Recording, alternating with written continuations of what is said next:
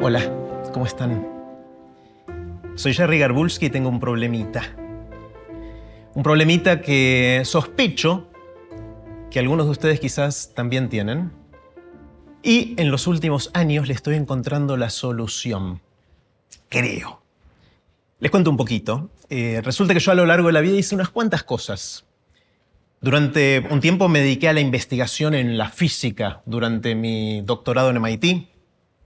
Después, durante 13 años fui consultor de estrategia de negocios en una empresa global y viajé a un montón de lugares en el mundo. Después me zambullí en el mundo de TED para tratar de difundir ideas que valen la pena. Y en los últimos 8 años creé, fundé y estoy haciendo crecer o tratando de hacer crecer Aprender de Grandes, que es una comunidad de gente global que tiene ganas de seguir aprendiendo durante toda la vida. En el medio hice otras cosas. Me acuerdo que me encantaba jugar al ajedrez. Le dediqué muchas horas al ajedrez. Después a la fotografía. Me encantaba sacar fotos y estar horas en el cuarto oscuro revelándolas.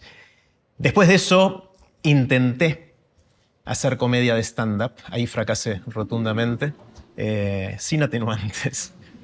Y después de eso también fundé y dirigí una revista y también hice radio. Hice un montón de cosas a lo largo de mi vida y nunca entendí muy bien qué era esto de hacer cosas distintas y siempre me costó tomar la decisión de qué hacer, qué no hacer.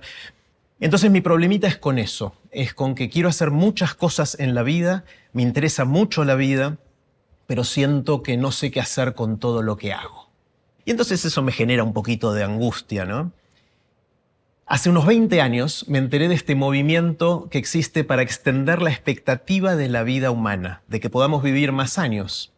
Y si uno sigue acelerando ese proceso de entendimiento de la salud, de la vida y de cómo prolongar la vida saludable, en algún momento vamos a poder vivir mucho, inclusive quizás tanto como querramos. Y cuando me enteré esta idea de la vida infinita, yo me puse súper contento porque iba a poder hacer todas esas cosas que quería hacer. Entonces me leí todos los libros que había sobre la extensión extrema de la vida. Me hice muy fanático de un montón de gente que investiga esto para tratar de entender cómo hacer para prolongar la vida mucho. Pero, siempre hay un pero en estas historias, hace unos 5 o 6 años me di cuenta que a pesar de que esto en algún momento quizás suceda, yo no lo voy a ver. No va a estar a tiempo para que yo pueda vivir tanto como pueda. Quizás mis hijos o mis nietos lo vean, pero yo probablemente no. Primero, bajón total, porque piensen que hubo más o menos 10.000 generaciones de seres humanos desde que el Homo sapiens está en la Tierra y me lo pierdo por 2 generaciones o por una. O sea, bueno, bajón total, pasó un momento de depresión, digamos, no tan grave. Y después empecé a salir cuando me di cuenta que quizás lo que tenemos que hacer no es intentar alargar la vida, sino ensancharla. ¿Qué pasa si en vez de estar enfocados en esas cosas futuras que quizás vayamos a hacer, nos enfocamos más en lo que estamos haciendo ahora y tratar de hacerlo de la manera más ancha posible? Es decir, conociendo más gente, desarrollando más vínculos, aprendiendo más cosas, disfrutando más de cada momento. Es muy loco porque con esta idea inicial que yo tenía de alargar la vida, estaba posponiendo el disfrute, el placer. Entonces cambié la perspectiva de alargar a ensanchar. Y ahora creo que estoy bastante dedicado a eso. A veces me va bien, a veces no tan bien, pero intento ensanchar la vida. Ahora quiero escuchar sus preguntas. Hola Jerry, soy Carolina, gracias por este espacio. ¿Qué dirías que nos hace únicos, originales? Gracias, Caro, por la pregunta. Hay algo que sentimos como que la sociedad nos impone una necesidad de ser únicos, de destacarnos, de ser los mejores en algo. A veces consciente, a veces inconsciente, a veces más fuerte, a veces menos fuerte. A veces viene de nuestra familia, de nuestro entorno familiar, a veces del contexto social en el que vivimos. Y yo me quedé pensando que eso es difícil y realmente destacarnos y ser los mejores es algo bastante complicado. Así que escribí: esto te hace una persona única. Y dice así: sentir que sos una persona única, que sos diferente al resto y que te destacás en algo, es una fuente de autoestima que puede ayudarte a estar bien. Muchos intentan destacarse en algo. ser la persona que más sabe de Borges, que recuerda más dígitos de pi, que más veces subió a la Aconcagua o que más sabe de relatividad especial. Y algunos lo logran. Pero son muy pocos. Solo una persona es Usain Bolt y solo 10 personas están en el top 10 de algo. Así que para la mayoría de nosotros, ese intento no nos hace personas únicas. Lo que te hace realmente una persona única es la combinación de cosas que hiciste, que viviste o que sabes. Una vez que recorriste suficientes trabajos, hobbies, relaciones, ese recorrido va a ser único. Y no hace falta haber sido el mejor en cada uno de esos pasos. Alcanza con haberlos hecho con entrega y foco. Esas intersecciones, quizás en ninguna de esas fueron la mejor persona que podría haber hecho eso, pero combínenlas de a 2, de a 3, de a 4, de a 5 y van a ver que esa combinación los hace realmente personas únicas e irrepetibles. Hola Jerry, mi nombre es Cintia. Bueno, muchas gracias por esta fiesta de ideas y de entusiasmo que nos compartís. Me gustaría que nos contaras un poco más sobre tu idea del rompecabezas de la vida.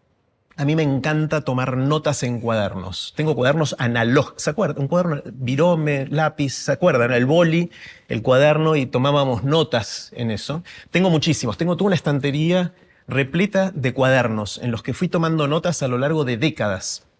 Y cada tanto me gusta hacer el ejercicio de sentarme, sin límite de tiempo, a mirar cuadernos viejos.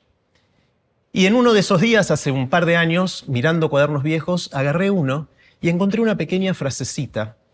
Estaba en la mitad de una página, después de las notas de una reunión y antes de una lista de pendientes. ¿Sí? Había una frasecita cortita en el cuaderno que decía lo siguiente. Decía, durante la vida voy juntando las piezas de un rompecabezas de un puzzle que todavía no vislumbro.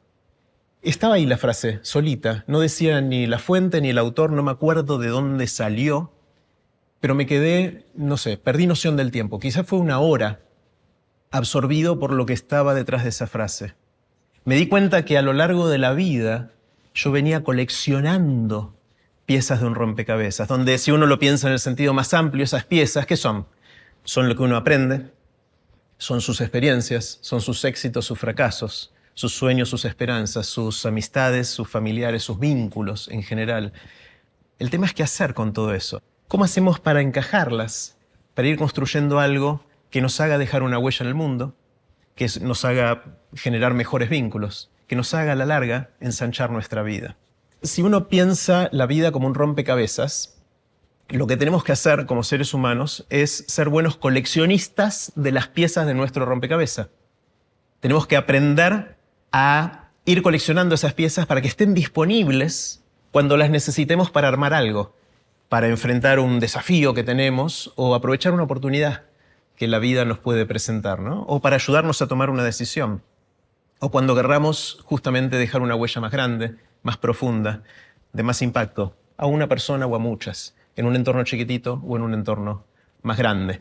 Entonces, segunda idea del rompecabezas de la vida. Lo llamo los covers. Un cover es cuando alguien interpreta una canción que compuso otra persona. Y durante mucho tiempo yo pensé que los covers eran un género musical menor. Hasta que me pasó algo cuando escuché un cover que me voló un poquito la cabeza. Este era un cover que hizo Jacob Collier. Jacob Collier es considerado el Mozart moderno por muchas personas. Es un músico muy joven que me asombró mucho la primera vez que lo vi haciendo un cover de Stevie Wonder. Si yo hubiera escuchado primero una de sus canciones originales, quizás no la hubiese podido ni siquiera procesar, ni valorar, ni apreciar. Pero empecé con la de Stevie Wonder y ahí yo pude aislar la canción de la interpretación.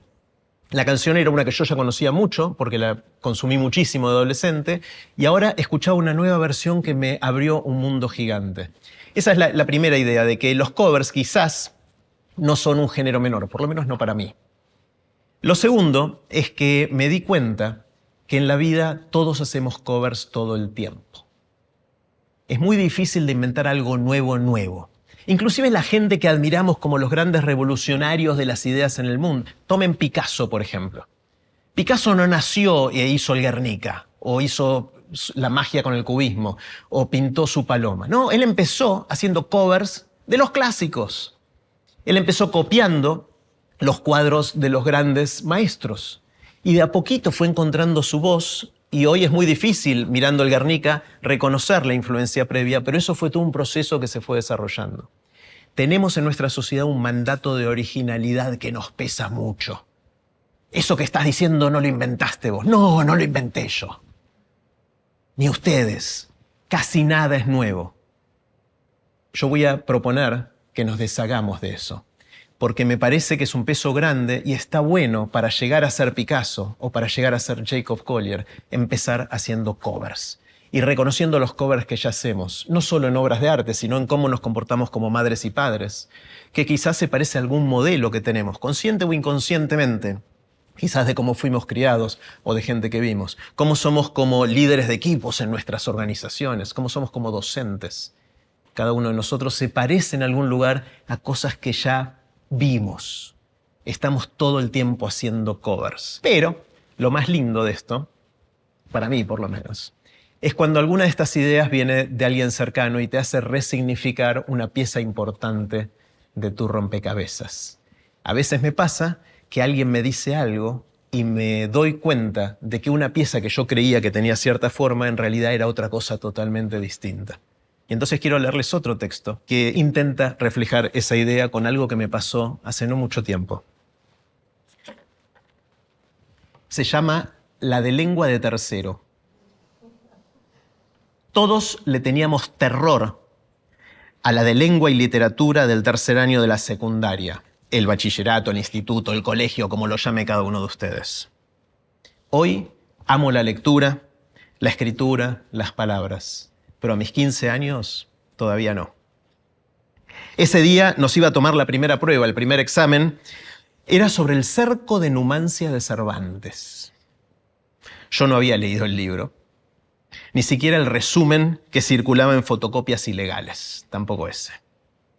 Cuando la vi entrar al aula ya sabía que me iba a ir mal y me veía encerrado estudiando en diciembre mientras mis amigos ya disfrutaban de sus vacaciones. Pero una de mis compañeras tuvo una idea brillante. Escuchen. Esa idea generó una tradición durante todo el año que evitó las pruebas y nos regaló un diciembre de felicidad a toda la división, a todo el grupo. Antes de que tuviera tiempo de dejar su cartera sobre el escritorio, mi compañera le dijo a la profe: Profe, estoy leyendo un libro y en una parte dice enquistarse solapadamente. Y no lo entendí. ¿Qué quiere decir? La de lengua se transformó.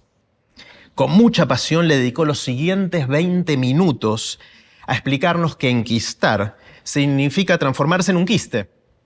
Algo que tenés en el cuerpo que no debería estar ahí, que puede ser bueno o puede ser malo, y que probablemente estaba usado como metáfora, que se refería a alguna idea o algo de la cultura que se mete dentro nuestro, que se transforma en parte de quienes somos, en nuestra identidad. Y solapadamente es que lo hace sin que nos demos cuenta, disimulando como quien no quiere la cosa. Al terminar la explicación, la profesora miró su reloj y nos dijo que lamentablemente ya no quedaba tiempo para la prueba, que la íbamos a tener que dejar para la clase siguiente. Y en la clase siguiente se olvidó y arrancó el nuevo tema del programa de lengua de tercero. Después desarrollamos la estrategia. Durante todo el año nos turnamos para llevar preparadas preguntas sobre palabras que no entendíamos para entretener a la profesora y que después no le quedara tiempo para tomarnos la prueba. Y siempre le llevaba la mitad de la hora, no le quedaba tiempo para la prueba y se olvidaba de tomarla en la clase siguiente. Me gusta mucho contar esta historia como un ejemplo de creatividad y brillantez de mi compañera y de cómo todos logramos engañar a la de lengua durante todo un año. Pero hace un tiempito, cenando con mi esposa y mis hijos, con Marce, con Juli, con Lele, les conté esta historia y Juli, uno de mis hijos, me dijo algo que me estremeció. Me quedé un rato callado y me tembló el cuerpo como me está temblando ahora. ¿Y si la de lengua lo tenía todo planeado? ¿Y si nunca nos quiso tomar la prueba? ¿Y si el cerco de Numancia y los libros que siguieron eran simplemente excusas para que buscáramos palabras que no entendíamos y evitar que nos tome la prueba? ¿Y si fue la de lengua de tercero que me enquistó solapadamente el amor por las palabras? Bueno, un genio Juli que me hizo pensar esto, y me encanta cuando sucede esto, ¿no? Cosas que veníamos pensando que eran de una manera, alguien nos muestra algo que nos hace repensarlo, resignificar. Y eso es muy lindo cuando coleccionamos las piezas de nuestro rompecabezas y las tenemos ahí disponibles, dejar que vayan mutando, que vayan resignificándose, que vayan tomando otra forma.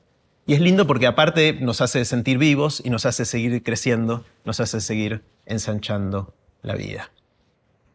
La tercera idea del rompecabezas de la vida que quiero compartir hoy con ustedes toma otra analogía del mundo de la música, que son los mashups.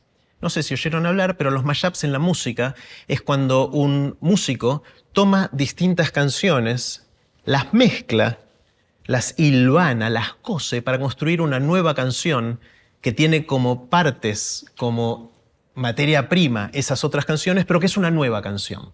Eso se llama mashup. Armar el rompecabezas de nuestra vida puede parecerse a componer una canción que sea un mashup. Es decir, ¿cómo hacemos para que encajen las piezas? Y eso que aprendí en el colegio, con eso que me pasó más tarde, con esta relación que tengo, con esto que sueño, pueda transformarse en un rompecabezas que vaya creciendo y vaya aumentando mi huella o ensanchando mi vida, ¿no? Hay una historia que me encanta contar. ¿Ustedes saben cuándo se inventó la rueda? Tiren números. ¿Cuánto? 5.000. ¿Quién da más o menos? 3.000. 8.000. Bueno, la respuesta correcta, queridísimas amigas y amigos, es la rueda se inventó hace mucho. ¿Sí? Es la respuesta correcta porque es prehistórica. No hay un documento de alguien que se haya levantado una mañana y haya escrito una cosa redonda estaría buenísima, pero los historiadores se pelean entre 5.000 y 10.000 años. Así que la rueda se inventó hace mucho. ¿Saben ustedes hace cuándo se inventó la maleta, la valija? Más o menos en el año 600. Un poquito más, poquito menos, año 600. También hace mucho. ¿Saben ustedes hace cuánto se inventó la maleta con rueditas? Anteayer. La maleta con rueditas, la primera patente para una maleta con rueditas es de 1970. Eso quiere decir, queridísimas amigas y amigos, que la humanidad estuvo cargando valijas, partiéndose el lomo durante 1400 años. Estaba la maleta, estaba la ruedita. ¿No es muy loco? 14 siglos tardamos en ponerle ruedas a la valija. Al punto tal que si uno piensa, en 1969 fuimos a la Luna. Eso quiere decir que Armstrong, Collins y Aldrin subieron al cohete cargando sus maletas. Bueno, toda esta historia es para contarles que la innovación alrededor nuestro se parece mucho más a unir cosas que estaban separadas, se parece mucho más a ponerle ruedas a una valija que a inventar la rueda. Si ustedes miran las cosas alrededor nuestro que son nuevas, pueden ser productos, servicios, formas de vincularnos, formas de hacer las cosas lo que quieran, en el sentido más amplio de la palabra, en la inmensa mayoría de los casos, pueden interpretarse como alguien que tuvo la idea de unir cosas que estaban separadas para resolver un problema, para mejorarle, aunque sea un poquito, la vida a alguien. La cuarta idea que quiero compartir con ustedes del rompecabezas de la vida es que, como toda metáfora, no todo lo que viene del dominio inicial, en este caso el dominio de los rompecabezas, se traslada al dominio al cual queremos aplicarlo, en este caso el dominio de la vida. Así funcionan las metáforas, ¿no? Tomamos algo de un sector que conocemos, en este caso los rompecabezas, que todos hicimos rompecabezas en algún momento de la vida, y decimos, veamos cómo los conceptos de esto se aplican a pensar nuestra vida de una nueva manera. Y algunos se aplican, pero no todos. Por ejemplo, cuando uno se compra el rompecabezas de Notre Dame, sabe que tiene 1000 piezas, que tiene borde, y es más, tiene una foto de Notre Dame y sabe cómo tiene que lucir. Todas esas cosas no funcionan al rompecabezas de la vida. No tenemos ni idea cuántas piezas va a tener, no tiene bordes y no sabemos cómo va a lucir. Entonces, ese aspecto no se traslada. Y hay otro aspecto que no se traslada que me parece fundamental, y es que nunca se termina. Mientras estemos vivos, el rompecabezas no se termina. No es como el de Notre Dame que sabemos se terminó, lo encuadramos y lo colgamos. Y para eso escribí un texto cortito que quiero leerles y que es mi forma de expresar esto. Se llama Nuestro departamento y la Sagrada Familia. Dice así: estábamos haciendo una refacción en nuestro departamento y me sentí mal, porque me dijeron que se iba a demorar un poco más de lo que esperábamos. Pero enseguida lo puse en perspectiva cuando recordé que la Sagrada Familia, la Basílica de Barcelona que diseñó Gaudí, empezó a construirse en 1882 y después de 141 años todavía no se terminó. Fuimos a visitar la Sagrada Familia con la familia y cuando le preguntamos a la guía por qué se está demorando, nos contó que Gaudí le dedicó sus últimas décadas, pero que no dejó planos detallados, que se financia con donaciones y que por mucho tiempo no tenían fondos suficientes, que la complejidad del diseño hizo que la construcción tuviera muchos desafíos y que las tensiones políticas pararon la obra por años. Me pareció que la Sagrada, como le dice cariñosamente mi sobrino, es una gran metáfora de la vida. Tener ganas de construir algo, soñar con cosas casi imposibles, sentir a veces que nuestros objetivos están cada vez más lejos, vernos abrumados por todo lo que nos falta hacer y depender de mucha gente para que las cosas sucedan. Hace décadas prometen que la van a terminar en los próximos años, pero terminar la Sagrada sería como completar toda nuestra lista de pendientes. Como no tener proyectos, como no querer profundizar los vínculos con nuestros amigos del alma, como no soñar con conocer gente nueva, como ya no tener incertidumbre. Y ahí me di cuenta. La Sagrada no está en construcción. La Sagrada es en construcción. Estar en construcción, ser work in progress, es parte de su esencia. Es verdad que cuando la terminen va a ser una de las iglesias más lindas y más altas del mundo, el ícono de una gran ciudad y muchísimo más. Pero ya no va a ser la Sagrada. Gaudí nos dejó una de las mejores metáforas de la vida misma. La refacción de nuestro depto, como le decimos cariñosamente en casa, ya terminó. Pero espero que la Sagrada no se termine nunca. Hola Jerry, yo soy Maura. Encantada de verte, estoy muy feliz. Hablas un montón de metáforas. ¿Nos podrías decir de la importancia de las metáforas? Yo me acuerdo en el colegio, la misma profe nos enseñó que la metáfora era un artilugio, una herramienta, una forma, un mecanismo literario para decir las cosas de manera más bellas. Sí, eso es lo que muchos aprendimos en el colegio, en la secundaria, de decir las cosas de manera más literaria y más bonita. Pero después me di cuenta, muchos años después, que en realidad las metáforas son mucho más profundas que eso. Las metáforas son nuestra manera de aprender. Nuestras metáforas son nuestra manera de conocer el mundo. No sé si a ustedes les pasa. Yo cuando llego a una nueva ciudad que no conocía, lo primero que hago es decir, mirá, esto se parece a esto, a lo otro. No sé si a ustedes les pasa. Yo reconozco partes de Buenos Aires o de otras ciudades que conozco cada vez que llego a una ciudad nueva. Y esa es mi manera de relacionar lo que ya sé, las piezas de mi rompecabezas, con esta nueva pieza que está llegando. Y la estoy uniendo, ¿no? Y esto me lo regaló una amiga del alma que se llama Mariana Jasper. Y Mariana me acercó una manera de pensar en metáforas que yo no conocía y que quiero compartir con ustedes porque a mí me ensanchó la vida de una manera considerable. Y es la poesía. Yo soy de leer bastante, pero no tanto poesía. La poesía por alguna razón no me llegó de alguna manera hasta que Mariana me trajo este librito que traje hoy acá, que es un libro de Gustavo Juste. Gustavo Juste es un poeta argentino y les voy a leer 2 poemas hiper cortitos y van a ver cómo Gustavo en estos poemas nos regala metáforas para pensar en la vida, en el entorno, que por lo menos yo no las había pensado antes. Escuchen este, es muy cortito. Se llama Punto de Quiebre y dice así: es la 5ª vez que veo un vidrio quebrado en varias partes, pero aún cumpliendo su función. Ahora fue en un colectivo, en un bus. Otras veces fueron vidrieras de locales y también una ventana de un organismo público. Haciendo fuerza para evitar cualquier tipo de psicología barata, Pienso en la capacidad de mantenerse en pie de algo que perdió su orden interno y de las múltiples heridas que se desprenden de un solo impacto. A mí me pasa esto y empiezo a pensar en todas esas cosas, chiquititas o grandes, que están rotas por dentro, pero que siguen cumpliendo su función. Entonces, desde que leí este poema que me regaló Mariana y que compuso Gustavo Juste, estoy muy atento a entender los quiebres que tienen las cosas y tratar de entender si es sostenible que sigan cumpliendo su función o no y si hay que cambiar el vidrio porque ya está roto y va a dejar de ser vidrio que me proteja. Y entonces, si esto me ayuda a identificar cosas rotas, la próxima pregunta es cómo arreglarlas. Y ahí viene la siguiente metáfora, en un poema más cortito todavía, que me fascina y que dice así. Se llama Apagón. Escuchen este porque... Apagón. Un recordatorio para cuando lleguen los momentos de tristeza.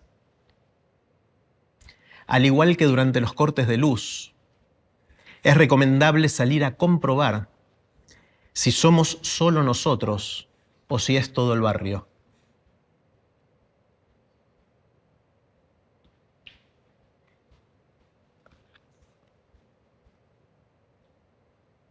No sé por qué me emociona. Cada vez que es como... Primero la belleza de cómo está dicho, ¿no? Obviamente, pero hay algo de pensar eso, ¿no? Cuando nos pasa algo, como personas, como organizaciones, como sociedades, ¿somos nosotros o es lo que está pasando alrededor nuestro? Porque la solución que le vayamos a buscar a ese problema que tenemos depende muchísimo de si la luz se nos cortó en nuestro departamento o en todo el barrio. Si es algo interno mío, si es un problema mío, o si es algo que está pasando alrededor nuestro, ¿no? Y a veces es difícil distinguirlo, pero esta metáfora que nos regala este poema me ayudó a pensarlo de esa manera y tratar de distinguir cada vez que siento tristeza en el sentido más amplio de la palabra, ¿no? Y entonces pensando en las metáforas, digo, ¿para qué puede servir esta idea de la metáfora para traer nuevas piezas en nuestra vida o para conocer algo nuevo? Bueno, ahora estamos inundados con la inteligencia artificial.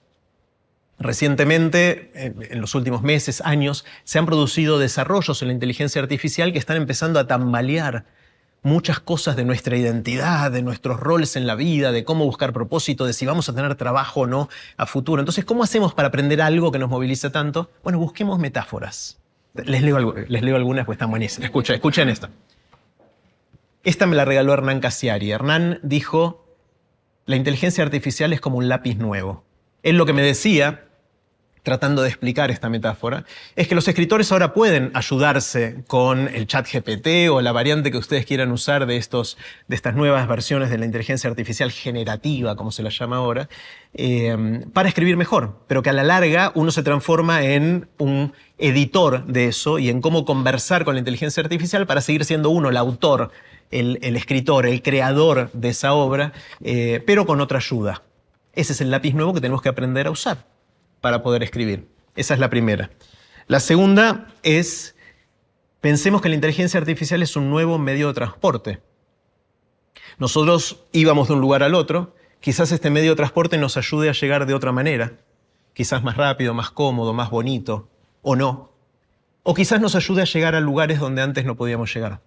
Y de repente ahí, con esta metáfora, la inteligencia artificial como medio de transporte, se abre otra perspectiva de cómo pensar esto que nos está pasando. La nueva revolución tecnológica, tercera metáfora. La inteligencia artificial como la nueva revolución tecnológica. ¿Sí? Pasaron un montón de revoluciones tecnológicas y podemos aprender de esas revoluciones para entender qué podría llegar a pasar ahora y cómo encajamos dentro de todo esto. De nuevo, una lente nueva para percibir esto que nos está pasando.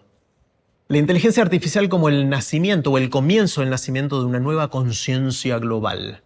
Esta puede asustarnos un poquito más, pero también está bueno generar esos sentimientos también con la inteligencia artificial. Voy a ir más rápido con las siguientes, porque ya se dan una idea.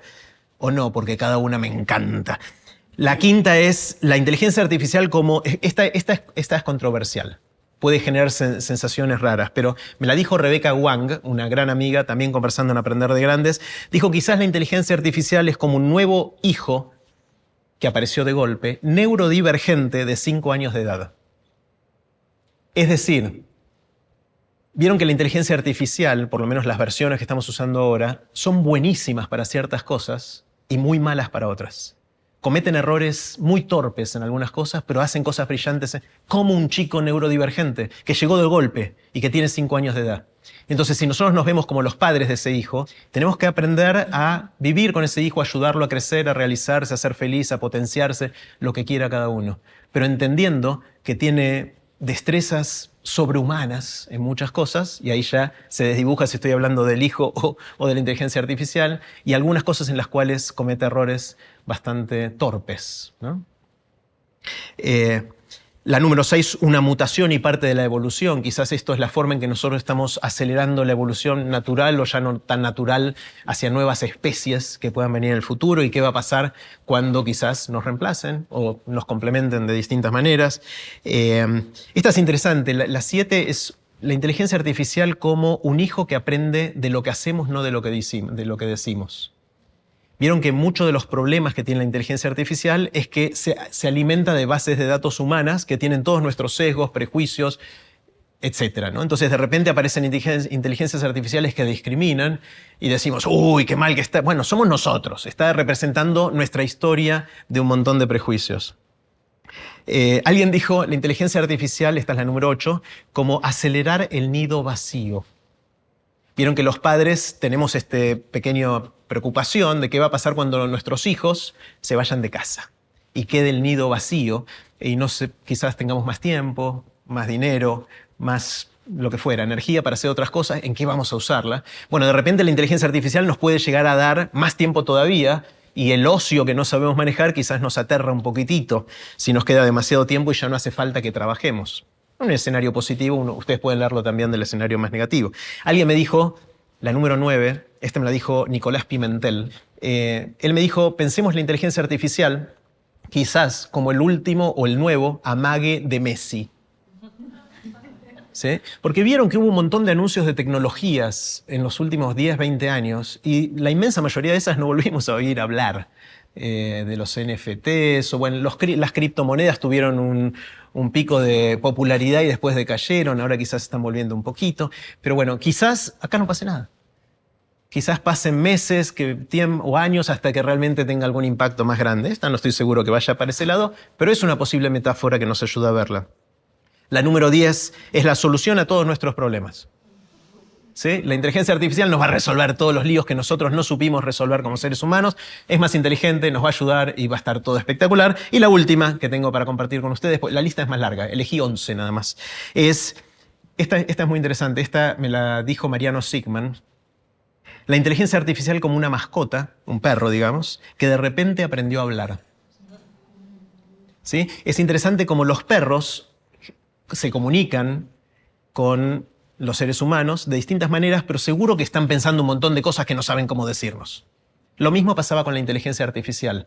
La gran revolución de esta ola de inteligencia artificial no es que hay mucha más inteligencia artificial, sino que hay una interfase que nos ayuda naturalmente a conversar con toda esa maquinaria de inteligencia artificial y nos permite acceder a algo que estaba. Es como un perro que aprendió a hablar y le podemos decir, ¿qué querés decir con guau, guau, guau, guau?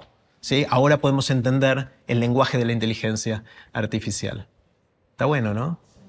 Está bueno cómo las metáforas pueden ayudarnos a coser, a hilvanar, a acercarnos a cosas extrañas, a traerlas al rompecabezas de nuestra vida y darle un sentido que sin las metáforas sería poco posible. Así que gracias a Mariana Jasper, a Gustavo Juste, a Mariano Sigman, a Hernán Casiari, a Rebeca Wang, a Nicolás Pimentel y a todos los que me regalaron tantas metáforas en todo este tiempo. Una cosa que me gustó en uno de tus programas fue que comentabas que a veces ocurren cosas inesperadas a raíz de algo que hacemos. Y mencionabas el ejemplo de Gutenberg con su imprenta, ¿no? ¿Podrías contarnos un poquito más sobre esa idea? Bueno, eso es una cosa espectacular que pasa con el rompecabezas de nuestra vida. Tenemos esta ilusión de que tenemos la vida bajo control, o nos gusta tener esa ilusión y por eso nos contamos el cuentito, ¿no? Armamos las narrativas de a mí me pasó esto y después decidí esto y entonces hizo este otro y voy a capacitarme acá para después trabajar de esto otro. Pero todos sabemos que la vida no es así, ¿no? Hay un montón de efectos inesperados, chiquititos o muy grandes, individuales y colectivos, que permean nuestras vidas. Y me encanta coleccionar ideas y historias de ese estilo. Y les voy a contar la que me acaban de proponer. Y es la historia que escuché contar por primera vez a Steven Johnson. Steven Johnson es un escritor de Estados Unidos a quien sigo bastante y que me encanta leerlo, y lo conozco en persona. También tuve el privilegio de compartir un par de almuerzos con él y aprendo muchísimo cada vez que puedo interactuar. Esta es la historia de la imprenta de Gutenberg, que uno cuando piensa en la imprenta dice, bueno, ¿cuál fue el impacto de la imprenta? Bueno, obviamente lo que hizo la imprenta fue inundar al mundo de libros e hizo que la cultura, la educación, la literatura fuera accesible, el conocimiento, a mucha más gente de la que podía acceder antes. Antes los libros eran súper escasos, pero había que escribir a mano uno por uno, copiarlos, se perdían. Y de repente, en pocas décadas, el mundo estaba inundado de libros gracias a la imprenta de Gutenberg. Y uno piensa en que esto es uno de los impactos muy grandes que tuvo en la invención de la imprenta. Pero hay otro impacto del cual en general no hablamos tanto y que Steven Johnson me hizo ver. Y es el siguiente. Hasta que se inventó la imprenta, la mayoría de la gente que vivía en el mundo no tenía necesidad de fijar la mirada cerca. Quizás si eras un monje en un monasterio y te la pasabas leyendo, sí, pero la inmensa mayoría de la gente en los vínculos, en las relaciones, miraba de lejos. Y uno de los efectos que tuvo la imprenta es que la gente se llevó un libro cerca y dijo, no veo tan bien. ¿Sí? La gente se dio cuenta que no veía tan bien. Y ya existían algunos prototipos muy básicos de anteojos. La gente sabía, y de hecho algunos monjes en monasterios lo usaban, que unos vidrios curvos con ciertas formas podían ayudar a ver en situaciones de poca luz o de letra muy, muy pequeña a los monjes, pero no estaban muy sofisticados. Lo que sucedió con la imprenta es que rápidamente, en pocas décadas, cuando la gente se dio cuenta que necesitaba ver mejor de cerca, empezó a desarrollarse la industria de los anteojos, de los lentes. ¿Sí? Y de repente había miles de diseñadores, de fabricantes, de vendedores de lentes en toda Europa, al principio y después en todo el mundo. Ahora viene la gran revolución que en general no asociamos a la imprenta. Resulta que unas décadas después de que apareciera la imprenta, el padre e hijo Janssen, de apellido, de Holanda, dijeron, ¿qué pasa si tomamos los lentes de un par de anteojos, los dos vidrios, y en vez de ponerlos así, uno al lado del otro, los sacamos y los ponemos así, uno arriba del otro? Y poniéndola a la distancia correcta, descubrieron que nos permitían ver las cosas pequeñas como si fueran más grandes. Inventaron el microscopio. Y rápidamente hacen lo que todos hacemos la primera vez que nos dan un microscopio, es poner bichitos y poner ahí cosas y un pelo y la piel humana y todo eso. Y rápidamente ellos y mucha gente más empezaron a descubrir los mecanismos de la vida. Piensen que hasta ese momento solo podíamos ver con el ojo desnudo, sin aumento. Y es muy difícil ver cómo funciona el cuerpo humano en detalle, o el cuerpo de cualquier ser vivo, si uno no tiene el microscopio. Y rápidamente se dieron cuenta de muchas cosas, de cómo funciona la vida, también de cómo funciona la enfermedad, del rol de los gérmenes en la enfermedad, y hubo una revolución gigante en cómo entendemos la vida y cómo entendemos la salud. Esa es una gran revolución. Poquitos años después, otra persona, también en Holanda, muchas cosas pasaban en Holanda en esos momentos, dijo, ¿qué pasa si tomamos dos vidrios, no exactamente con esta curvatura, un poquito distinto la curvatura, y los ponemos de nuevo uno arriba del otro, pero en vez de apuntar a cosas chiquitas, apuntamos a cosas lejanas o al cielo? Inventaron el catalejos y después el telescopio, que Galileo tomó un par de años después, lo perfeccionó, lo mejoró un poquito y lo apuntó a Júpiter. Y Galileo vio que alrededor de Júpiter daban vuelta 4 lunas. Hoy sabemos que son cientos de lunas, pero en ese momento, con ese telescopio, pudo ver 4 lunas alrededor de Júpiter, y eso era imposible. Era imposible porque el dogma del momento era que todo giraba alrededor de la Tierra.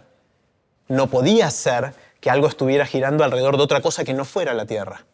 Y ese pequeño pasito empezó a hacer tambalear el dogma de la Edad Media. Y estas dos cosas unidas, el microscopio y el telescopio, si quieren, catapultaron lo que fue el Renacimiento, la Revolución Científica, más tarde la Revolución Industrial y un montón de cosas más que hicieron que el mundo tenga la forma que tiene hoy. Quizás todas esas cosas iban a pasar igual, sin la imprenta, pero la imprenta catalizó aceleró un proceso que quizás si no demoraba mucho tiempo más. Entonces es verdad que la imprenta democratizó el acceso al conocimiento, pero también generó un montón de efectos secundarios que en general no asociamos a la imprenta, pero que tuvieron efecto al menos comparable, quizás más grande todavía, que el primero de los efectos. Entonces, fue una respuesta larga a tu pregunta, porque me encanta esta historia como un ejemplo de los muchos que hay, de la cantidad de efectos inesperados que hay en la vida. Y a mí me dan la humildad de no creer que puedo controlar mi vida. Y me obligan a estar atento a las cosas que van a pasar. Por más que planifique con intencionalidad porque quiero lograr ciertos efectos, a veces sale al revés.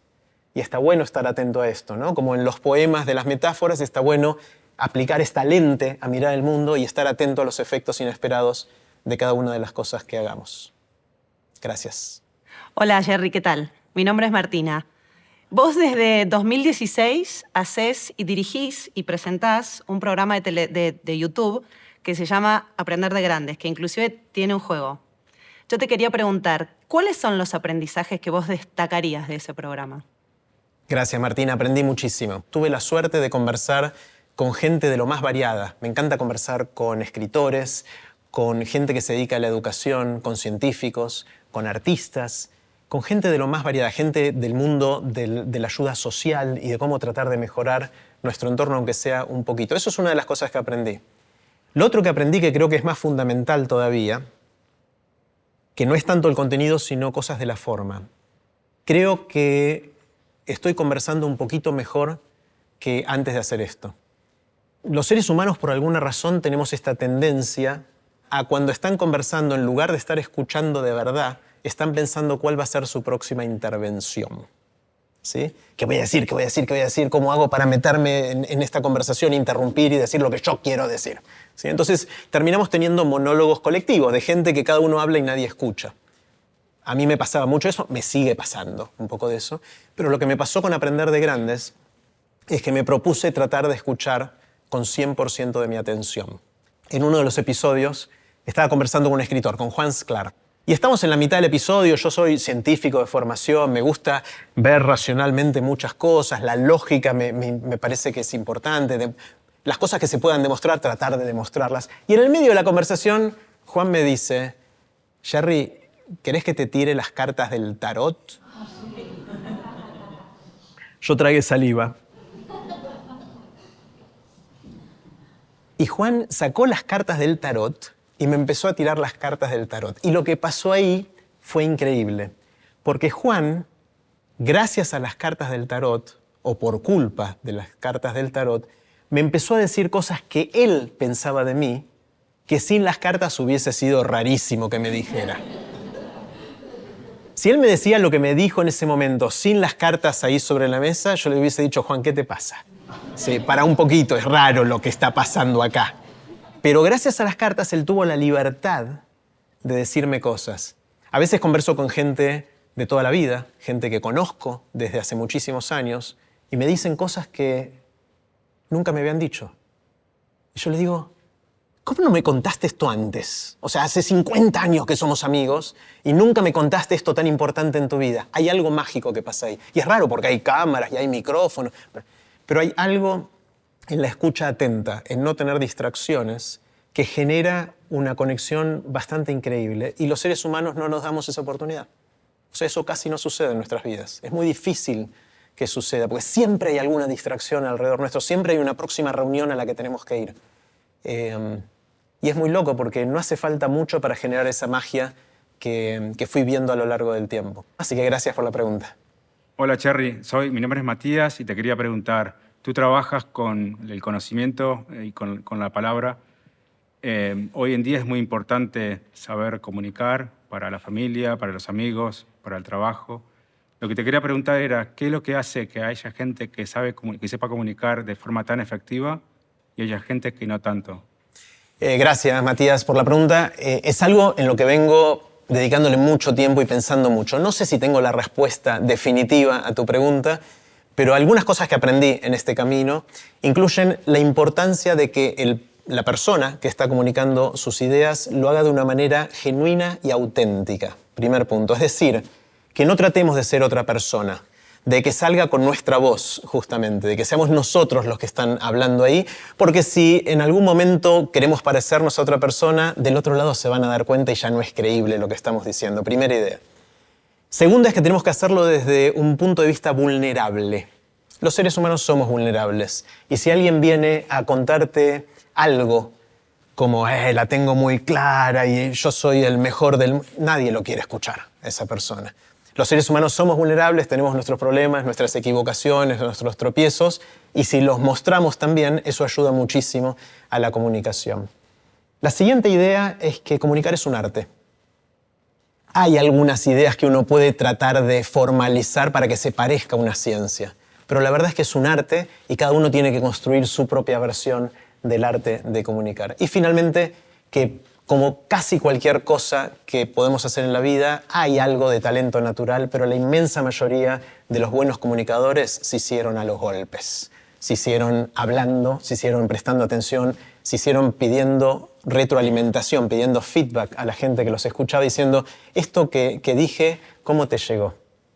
Y una más, dije última, pero se me ocurre una más que me parece que es importante. Y es una frase que, es una de estas frases, ¿vieron?, que se atribuye a muchas personas distintas, que ya tomó vida propia. Entonces no le voy a atribuir a nadie, sabiendo que cada uno de ustedes quizás saben alguno de los orígenes. Y es que la gente no va a recordar, cuando uno comunica con la palabra, la gente no va a recordar las palabras que le dijimos, la gente no va a recordar las cosas que le mostramos. La gente solamente va a recordar cómo los hicimos sentir. Entonces, ser conscientes de que del otro lado hay un ser humano, sentir la empatía por el ser humano y tratar de ponernos en su lugar para ver cómo lo que tenemos para decir, sí las palabras y sí lo que vamos a mostrar, van a hacer sentir a esa otra persona. Y de esa manera poder ser mucho más efectivos en justamente ayudar a sembrar una nueva idea y ensanchar la vida de más gente. Gracias, Matías. Hola, Jerry, soy Vilma. Para ti, ¿qué es aprender y qué es desaprender? Gracias, Vilma. Pregunta gigante también. Hay muchas definiciones de qué es aprender. Una que me gusta mucho, que es bastante simple, es hacer nuevas conexiones en nuestro cerebro que nos permitan entender el mundo de otra manera. Que nos dé otro modelo mental, que nos dé otro filtro para hacer sentido del mundo complejo que nos rodea. Esa es como una definición que me gusta y que es bastante funcional, que ayuda a hacer cosas con eso. Sobre desaprender tengo una opinión. ¿Vieron que a veces hay algunas palabritas o conceptos que se ponen de moda? Ahora la gente dice, no, para aprender cosas nuevas hay que desaprender todo lo anterior. ¡No! Por favor, no desaprendan. Son peligrosas estas cosas. Como creo que ya comenté, el conocimiento humano es asociativo. Los seres humanos aprendemos comparando lo nuevo o asociando lo nuevo que queremos aprender con lo que ya sabemos. Muchas veces usamos la metáfora de la mente como una computadora, que para algunas cosas funciona, pero para otras cosas fracasa estrepitosamente, como es este caso. En la computadora, cuanto más datos les pones, menos memoria te queda. Y tenés que comprar más memoria en la nube, o cambiar la computadora porque ya no o borrar archivos viejos. No sé si les pasó alguna vez. En la mente no funciona así. En la mente aprendemos asociando con lo que ya tenemos. Entonces se produce la pequeña paradoja que en la mayoría de los casos, cuanto más sabemos, más podemos aprender. Que es al revés de lo que le pasa a la computadora. Entonces, si desaprendemos, ¿de dónde nos vamos a agarrar? No podemos volver a ser niños, porque tenemos todo nuestro bagaje que es el que nos da la posibilidad de seguir aprendiendo. Si desaprendiéramos a leer, no podemos leer lo nuevo que queremos aprender. Entonces es peligroso esto de extender estas modas y usar una palabra que suena muy bonita y la aplicamos de forma indiscriminada. Sí hay momentos en los que, les cuento dos casos en los que vale la pena desaprender. Uno es cuando uno tiene muchos sesgos incorporados. Si uno tiene muchos filtros que le permiten ver el mundo de una manera, pero le obstruyen la vista para verlo de otra manera, a veces es bueno sacarse esos filtros para mirar con la mente de un niño de manera ingenua y enfrentarse a ese problema como si fuera la primera vez. No es desaprender, sino decir, tratemos de dejar de lado esos filtros que ya tengo para poder entender el problema de una manera fresca, nueva, hasta ingenua, porque de eso nos permite hacer las preguntas correctas que de la otra manera no haríamos. Y hay otro caso muy puntual sobre desaprender que lo sufrí en carne propia, y es que estaba tratando de aprender a tocar una canción en el piano. ¿Sí? Yo no sé tocar el piano, pero hay una canción que me obsesioné con esa canción y quiero aprender a tocar esa canción. Y me bajé los videos de YouTube que mostraban cómo tocar esta canción en el piano y empecé a hacerlo hasta que llegué a mi límite con los videos de YouTube y más de esto no podía avanzar y todavía no me gustaba cómo sonaba y me conseguí un profe de piano. Voy al profe de piano y me dice, a ver, ¿hasta dónde avanzaste? Toco y me dice, estás complicado. Estás complicado porque no sabes tocar el piano, primero. Pero lo segundo es que me dice que los acordes que tocaba con la mano izquierda lo estaba tocando con los dedos incorrectos. Y yo eso, cuando vi lo de YouTube, no pensé con qué dedos hacer cada acorde con la mano izquierda. Y me dice, si mantenés esa digitación, que es el término técnico para decir con qué dedos tocas cada tecla, si mantenés esa digitación te va a ser muy difícil tocar el siguiente acorde, porque no te da la mano para saltar de uno al otro.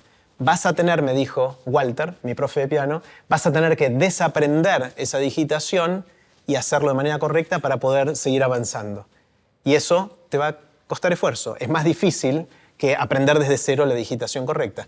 Desaprender en ese sentido puede ser importante. O cuando Djokovic, no sé si se acuerdan, Novak Djokovic, el jugador de tenis, al principio el saque tiraba la pelota muy alto.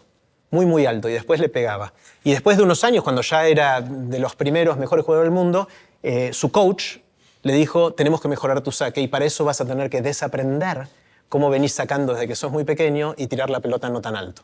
Y eso le llevó todo un esfuerzo. Rafa Nadal tuvo que hacer algo parecido. En esos casos sí, pero son casos puntuales. En la mayor parte de los casos, por favor no desaprendan. Traten de aprovechar lo que ellos saben porque los va a potenciar para aprender más. Gracias, Vilma.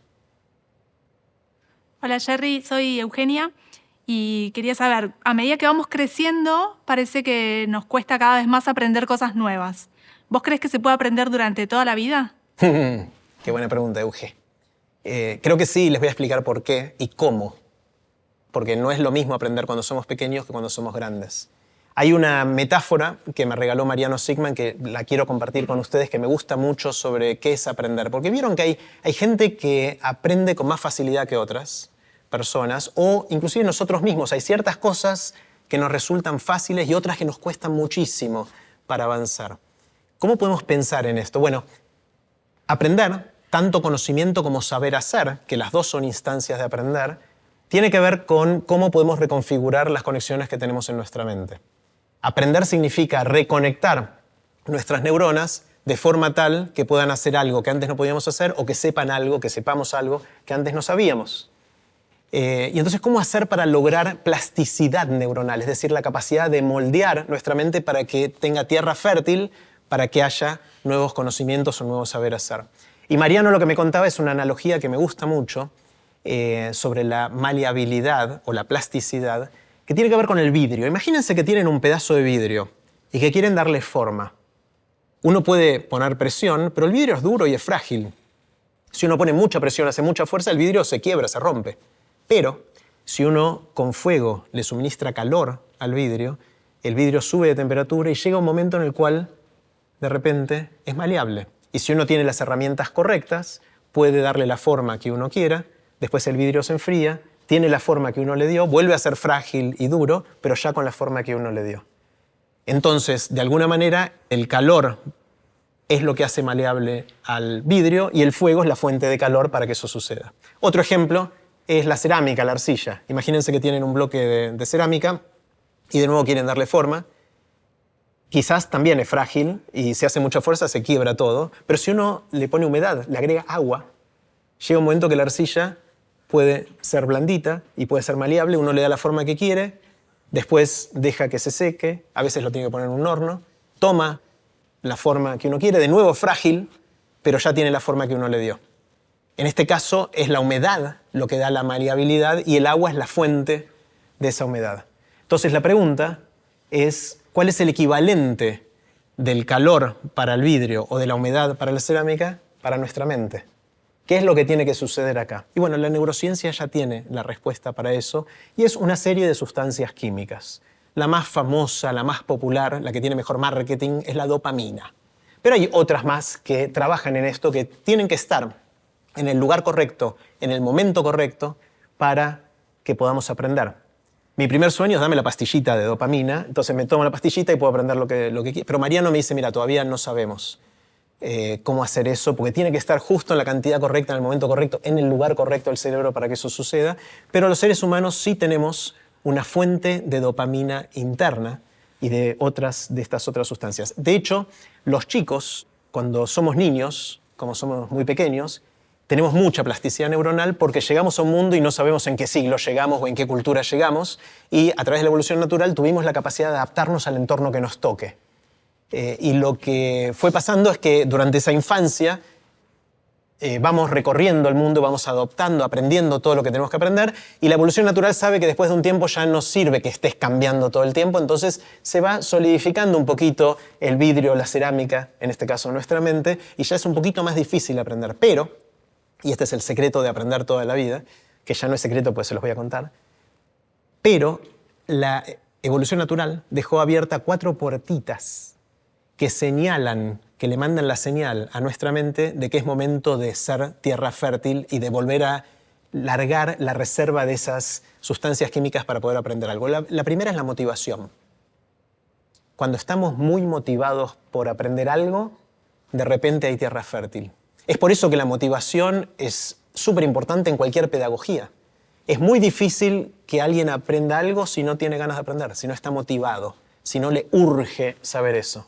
Y es por eso que los buenos docentes lo primero que hacen es crear tierra fértil, es ayudar a que la gente a la cual le está ayudando a aprender esté motivada, quiera aprender. Esa es la primera puerta que dejó la evolución natural. La segunda es la sorpresa.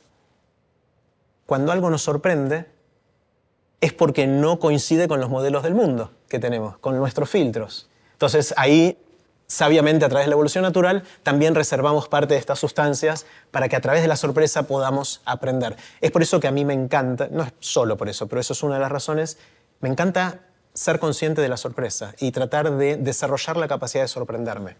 Cosa que muchos adultos, esto ya lo vi, hay mucha gente, ¿vieron esa gente que no les sorprende nada? Pobres, no pueden aprender, pero eso no es lo peor, es que no está bueno estar con ellos. Son bajón, ¿no? Te tiran para abajo. En cambio, la gente que está diciendo ¡wow! Todo el tiempo, no sé usted, a mí me encanta estar con esa gente. Esa gente que se sorprende con lo que pasa y que contagia esa sorpresa. Entonces, tiene una ventaja para aprender, pero la mejor es la ventaja social de que está bueno sorprendernos. Entonces, a mí me gusta ejercitar decir wow en voz alta. O sea, yo fomento que la gente ladre, ¿sí? O sea, que esté diciendo wow, wow, wow todo el tiempo. Bueno, esa es la segunda. La tercera es el error. El error, cuando cometemos un error, es decir, hacemos algo y no sucede lo que esperábamos, ahí de nuevo hay que señalizarle a nuestra mente, y eso sucede de manera natural, que tenemos que aprender algo porque nos salió mal. Hay algo de lo que sabíamos que funcionó mal, y esa es otra forma en que sucede esta liberación de las sustancias. Y la última es la dedicación, el tiempo. No hay demasiados atajos para aprender mucho. Cuando le dedicamos mucho tiempo, de nuevo hay una señal que recibe nuestro cuerpo, esto debe ser importante. Y entonces de esa manera sucede esta capacidad. Entonces es más difícil aprender a medida que crecemos, pero no es imposible si uno tiene estas puertitas conscientes y abiertas y las desarrolla. Y si lo hace, puede aprender hasta el último día. Es más, yo creo que el día que dejamos de aprender es el comienzo del fin. Hola Jerry, ¿qué tal? Soy Cintia. Nos contaste que has hecho infinitas cosas durante toda tu vida. Me imagino que van a seguir apareciendo más. Y te quería preguntar respecto como alguna recomendación, algo como para los chicos que recién están empezando su carrera profesional. ¿Qué les dirías a ellos? Gracias, Cintia, espectacular. Es un tema grande que me atraviesa en toda mi vida porque le dediqué hasta mis primeros 30 años de vida a la investigación científica. Y el día que se acercaba, cuando iba a terminar mi doctorado y dudaba qué hacer a futuro, una idea era hacer carrera académica haciendo investigación en física toda mi vida, y otra idea era explorar otros mundos, ¿no? En ese momento, por distintas razones, decidí explorar otros mundos, pero con mucho miedo. Si uno piensa en la historia de la humanidad, así de miles de años o cientos de años, durante mucho tiempo hubo algunos seres humanos que sabían prácticamente todo lo que había para saber. porque no había tanto para saber y podían dedicarle su vida, muy poquita gente, obviamente. Leonardo da Vinci es el ejemplo típico de un renacentista. Usamos esa palabra para nombrar a alguien que sabe de todo, ¿no? Y mucho. Y que hace aporte, o Franklin, o mucha gente que pudo hacer aportes en áreas tan diversas de la vida. Y después como que se acabó un poquito eso, ¿no? Hay muy pocos casos de gente que haya hecho aportes en tantos lugares. ¿Por qué? Porque bueno, la cultura y el conocimiento y la ciencia y la tecnología y el saber y el arte se fue especializando tanto que tuvimos que meternos en profundidad para poder hacer un aporte. Yo siento que lo que está pasando ahora en el mundo es que los desafíos que tenemos como humanidad son tan complejos, son tan difíciles de enfrentar y de resolver, que ninguna persona que sea especialista profunda en una sola cosa va a poder hacerlo. Va a poder enfrentarlo, va a poder resolver esos problemas. Hace falta armar equipos multidisciplinarios o hace falta gente que hable, entre comillas, distintos idiomas, que sepa cómo unir las piezas del rompecabezas de los problemas de nuestras vidas. Yo creo que las cosas más interesantes que están pasando en el mundo hoy, la inmensa mayoría, no están en la profundidad de un campo muy chiquitito, sino que están en las interfaces, en las fronteras de lo que solían ser campos muy distintos. Entonces, yo sé que hay distintos temperamentos en la gente que quizás prefiera dedicarle toda su vida a una cosa y está todo bien. Pero me parece que las cosas más interesantes en el mundo suceden cuando unimos cosas, cuando podemos tender puentes entre áreas muy distintas. Y para eso no es necesario ser superficial, porque no está bueno.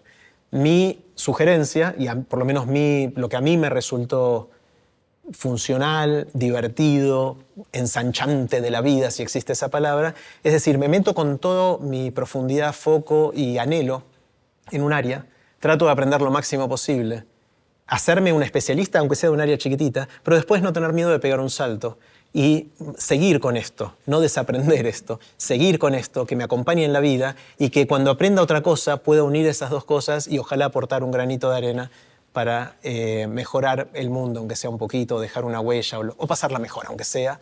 Yo creo que va por ahí. Entonces, mi sensación es que la gente que está empezando a decidir a qué dedicarle su vida, que encuentre algo que le guste. No hace falta que sea la pasión de su vida, porque también hay una trampa con eso, ¿no? De encuentra tu pasión y después todo será fácil. Porque la verdad es que no todos tienen pasión y tan temprano en la vida muy clara. Si la tienen, fantástico. Pero si no la tienen, elijan algo que disfruten de hacer. Y métanse con eso con todo su entusiasmo, como si no hubiera un mañana, ¿sí? Y traten de ser la mejor versión de ustedes mismos haciendo eso. Y después vean, si les surge otra oportunidad, peguen el salto sin miedo. Pero vayan guardando en la colección de piezas del rompecabezas de su vida esas cosas que fueron coleccionando, porque no saben cuándo, pero seguramente más adelante van a poder unirlas y hacer un aporte importante y sentirse bien con ustedes mismos. Gracias, Cintia. Soy Tony, vi y escuché un podcast de los que grabaste conversando con tu papá.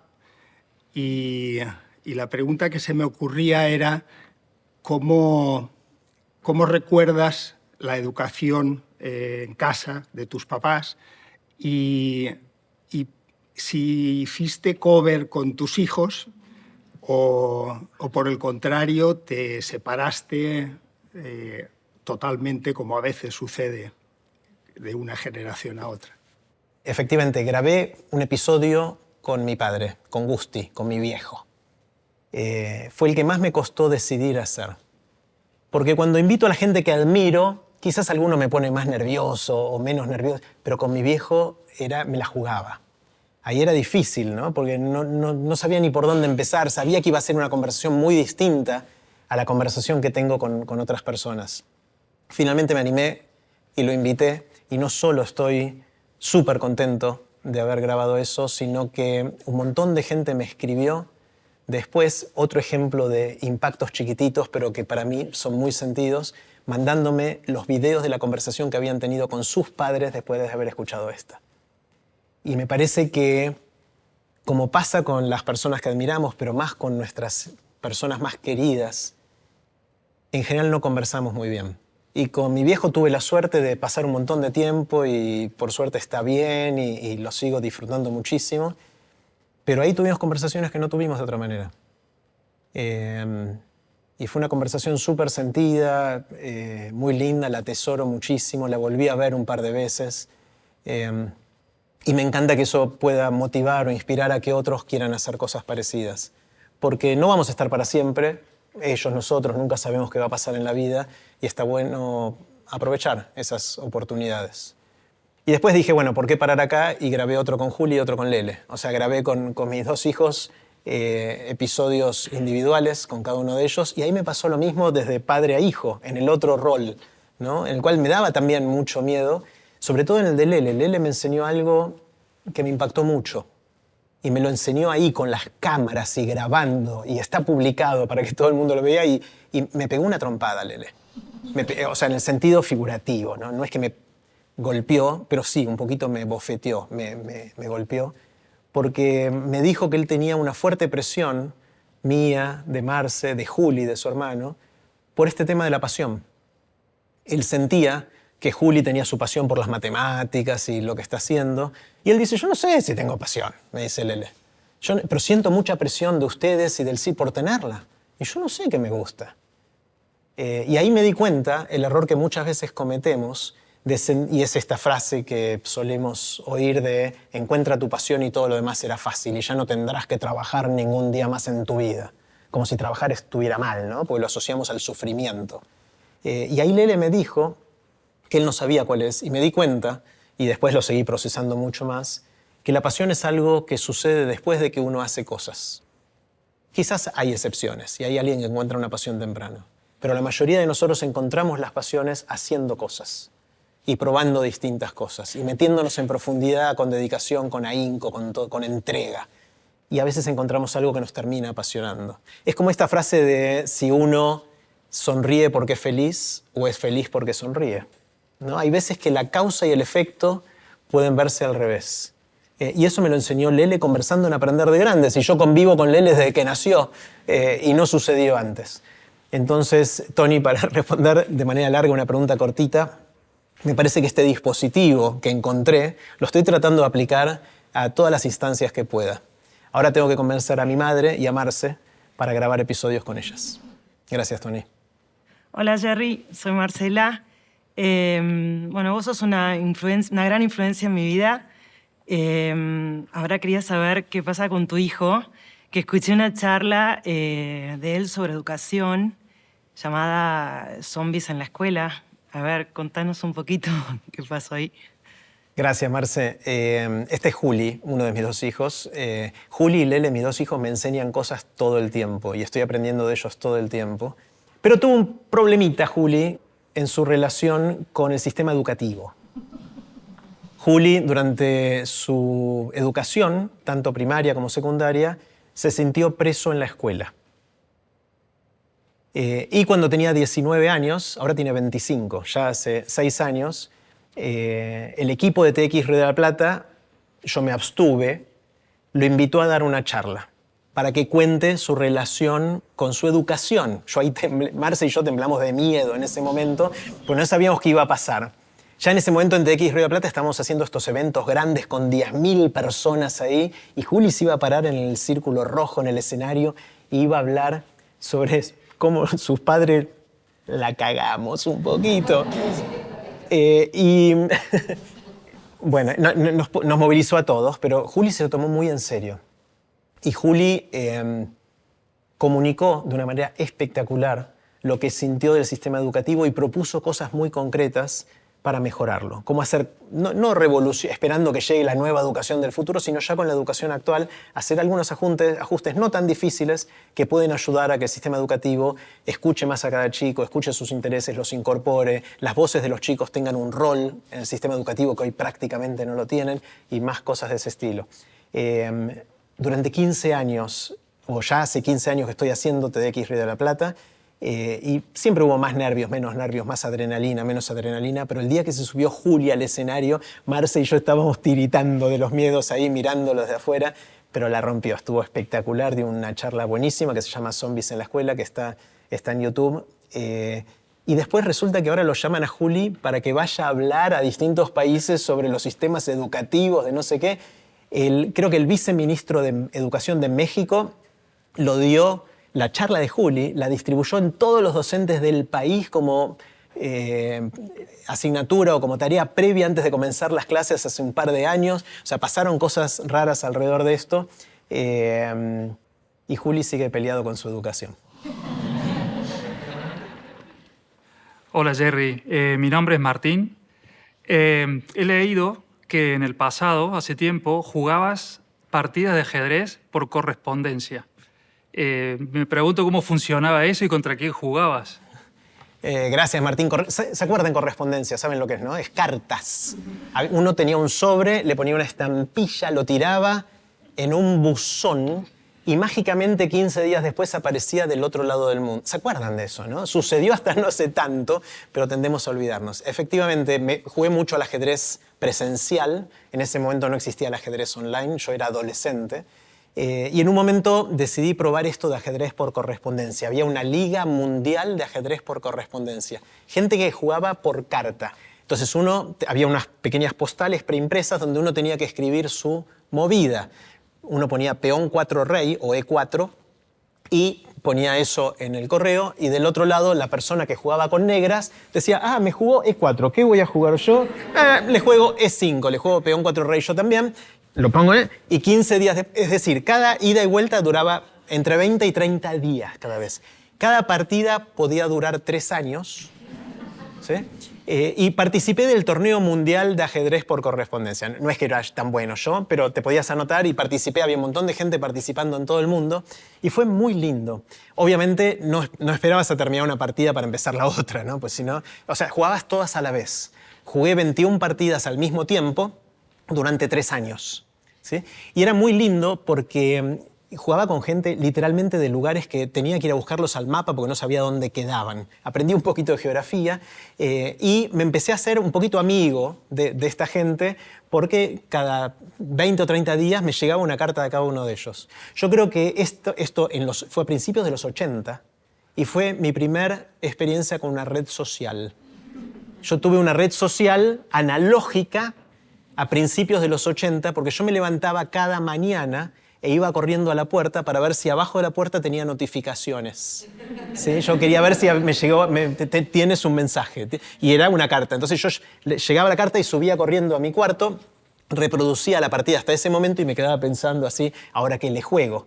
Completaba y volvía al correo a tirar eso. Y durante 3 años jugué esto, fue fantástico. Conocí gente. Y establecí vínculos ajedrecísticos con gente en lugares inhóspitos, desde Rusia, Polonia, Estados Unidos, México y lugares de ese estilo. Y quedé por la mitad de la tabla. Me fue bastante bien, quedé por la mitad de la tabla, gracias a que varios se murieron antes de terminar. Gracias, Martín. Hola Jerry, mi nombre es Catalina, gracias por compartir tanto con nosotros. Yo te quería preguntar, ¿es verdad que una vez te confundieron con Maradona? Porque yo la verdad que no te veo mucho parecido. ¿Nos podrías contar un poco de eso? Gracias, Catalina. Sí, es verdad. Corría el año 1994. ¿Se acuerdan? 1994 fue mundial en Estados Unidos. ¿Sí? Fue el año en que a Diego lo encontraron positivo en el test antidoping. ¿Sí? Después del segundo partido, Grecia, Nigeria, antidoping, me cortaron las piernas. ¿Se acuerdan que Diego dijo eso? Bueno, yo en ese momento estaba en MIT haciendo mi doctorado. Todo esto es para contarles cómo me confundieron con Diego, ¿no? Estaba haciendo mi doctorado y la selección argentina concentraba en el Babson College, que queda en las afueras de Boston, ahí, porque los primeros 2 partidos contra Grecia y Nigeria justamente iban a ser en el estadio Foxborough, que queda en las afueras de Boston. Ellos concentraban ahí, yo vivía en Boston. Y Adrián Paenza, que pasó por Aprendemos Juntos, y si no vieron el episodio de Adrián Paenza, vean ese antes que este, porque está buenísimo.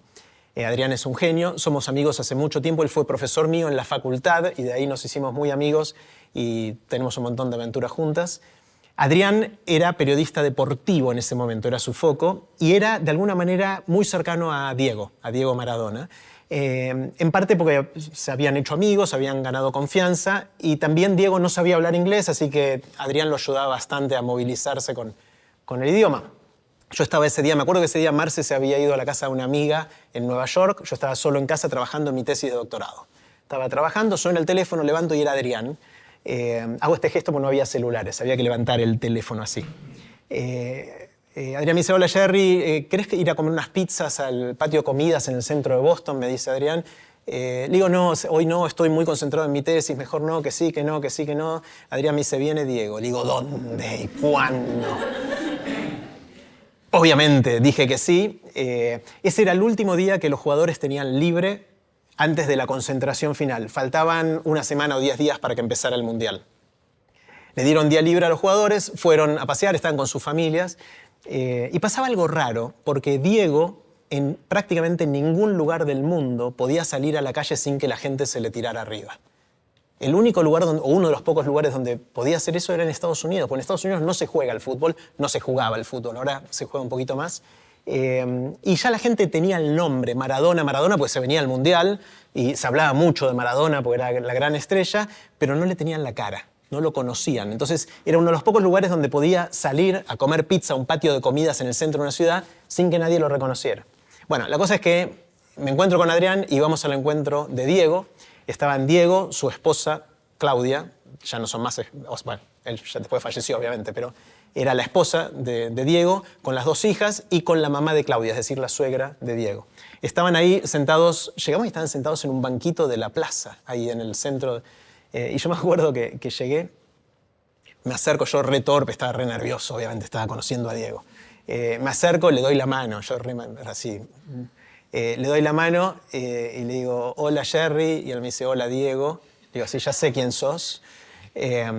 Y estaba con toda la familia y dice, bueno, vamos a comer pizza. Entonces fuimos con Diego y toda su familia, Adrián y yo, a comer pizza al patio de comidas en el medio de toda la gente. Nadie lo reconocíamos caminando ahí. Yo me acuerdo que compartí con Diego una mediana de mozzarella. Lo que no me acuerdo es quién comió las aceitunas, pero eso es un detalle, digamos, ¿no? Y lo que me pasó ese día es que empecé a conversar con Diego y por un momento sentí que éramos amigos. Y yo había llevado una cámara de fotos, pero no quería pedirle una foto porque iba a destruir esa idea de que soy amigo de Diego. Es raro que pedirle una foto al amigo. Entonces charlábamos todo eso, terminamos de comer la pizza y Claudia dice, necesito ir a comprar ropa con mi mamá y con mis hijas. Y Diego dice, yo necesito comprarme zapatillas. Y como ninguno de ellos hablaba inglés y estamos con Adrián, Adrián me dice, ¿por qué no vas vos, Jerry, con Diego a acompañarlo a comprar zapatillas y yo voy con el resto de la familia? Digo, bueno, dale. Y entonces fuimos con Diego a un negocio de zapatillas que quedaba ahí cerca. Entramos al negocio, todo esto es para contarles cómo me confundieron, ya viene, ¿eh? Entramos al negocio de zapatillas, era un negocio que estaba todo empapelado con pósters del Mundial, pero de casualidad no había ninguno de Maradona, eran de otros jugadores. Y me acuerdo eso porque el vendedor, que no hablaba castellano, hablaba solamente inglés, que nos atendió, no lo reconoció a Diego. Y Diego empezó a probarse zapatillas, ¿no? Me gusta, pues se ponía las zapatillas y me dice, Jerry, ¿te gusta cómo me quedan? Bueno, en un acto muy maradoniano, terminó comprándose 8 pares. ¿Sí? Muy de Diego. Vamos a la caja y Diego va a pagar y yo traducía, ¿no? Y me acuerdo que pagó en efectivo porque si hubiera pagado con la tarjeta, el vendedor hubiese visto el nombre. Cuando terminó de pagar, el vendedor le dice, mira, y yo iba traduciendo, no sé si sabes, pero ahora viene un evento importante acá en Estados Unidos.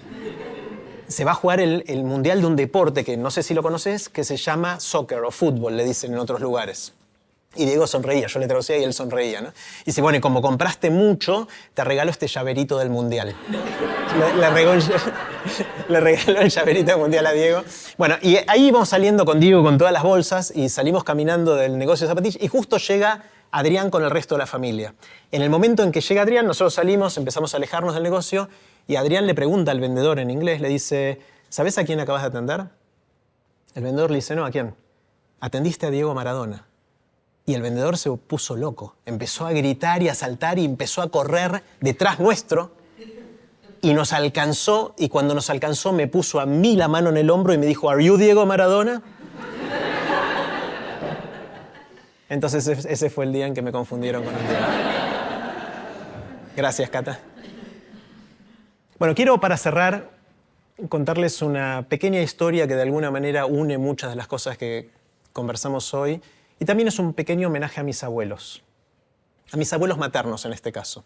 Tuve la suerte de tener a mis 4 abuelos durante mucho tiempo, pero hay algo de mis abuelos maternos que tiene mucho que ver con el rompecabezas de la vida y cómo vamos recordando las cosas que nos pasan en la vida y cómo es esa memoria y qué puede pasar con esa memoria.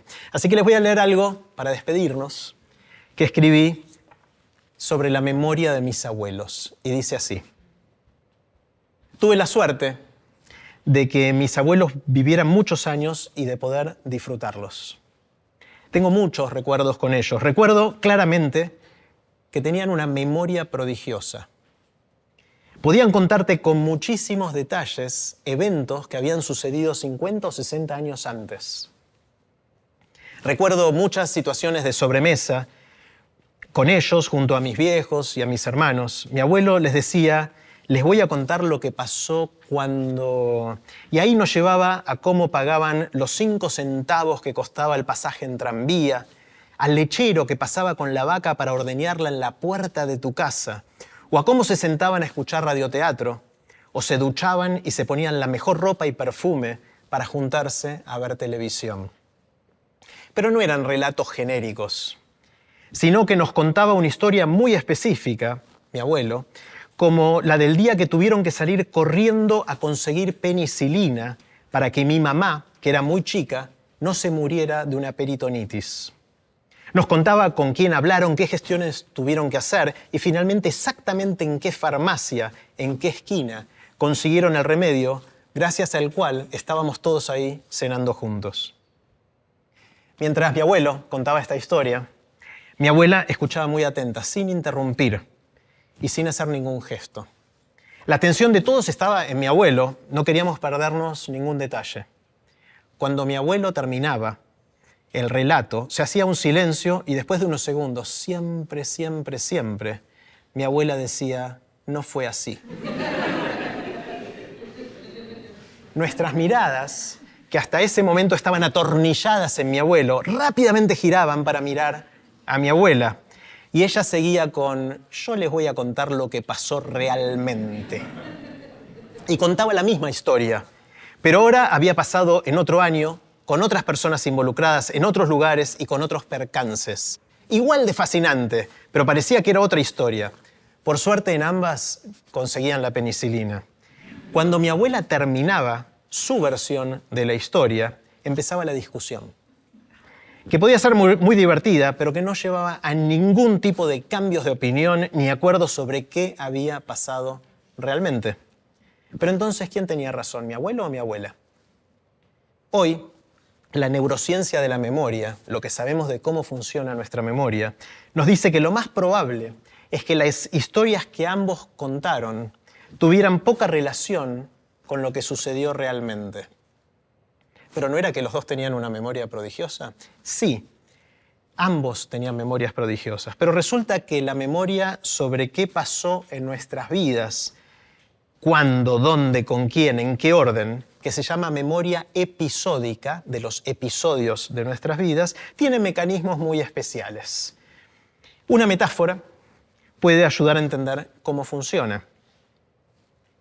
Es como si tuviéramos guardadas esas memorias en un documento electrónico de texto, como los que tenemos en la compu. Cada vez que las evocamos a estas memorias, abrimos el documento de texto y a medida que vamos recorriendo el relato, nos parece recordar un detalle que antes no habíamos incluido. Entonces lo incluimos en la historia que contamos y también en el documento de nuestra mente. A veces ese relato realmente ocurrió 50 años antes. Otras veces es algo que asociamos con eso que estamos contando, pero que en realidad sucedió mucho tiempo después, o incluso lo imaginamos.